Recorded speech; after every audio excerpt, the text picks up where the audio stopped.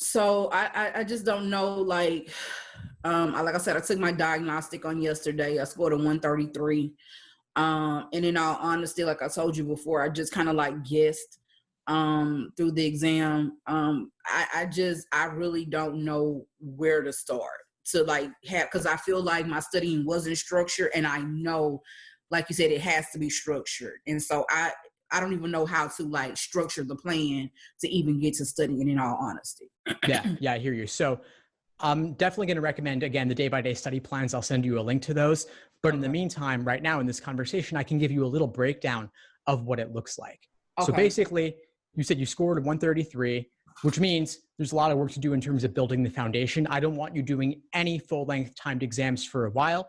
I also wouldn't want you doing any individual timed sections either, because we've got to slow down, help you build the foundation, doing each question by type, starting with the easiest questions, then the moderate ones, then the most difficult ones. So I typically recommend starting with games because they're the most daunting at first, most intimidating.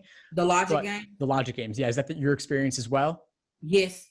Yeah, it is for so many students. So I suggest typically starting there, starting with the easiest ordering games.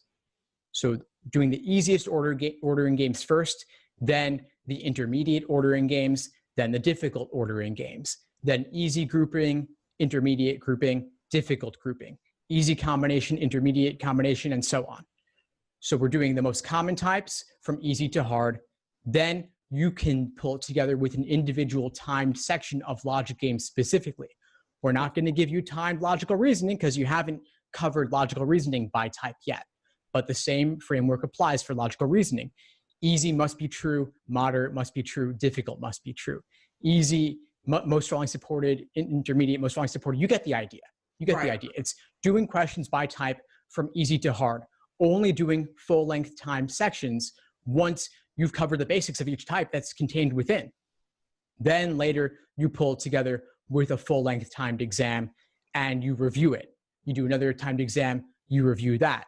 Once you notice weak areas, you take a moment, step back, focus on those weak areas, drill those by type, maybe review articles or book chapters or video lessons covering that type. Then you go back and hit it again, see if you improve. You spend a lot of time reviewing your weak areas. You're not just doing exam after exam and measuring yourself. That's a recipe for burnout and for discouragement. But you got to give yourself the chance to learn the material first. Thanks for tuning into the show. Please subscribe if you haven't done so already to be notified of new episodes as I release them. And feel free to reach out if you need anything at all as you move forward with your prep. I'm happy to help however I can. In the meantime, I'll wish you all the best and take care.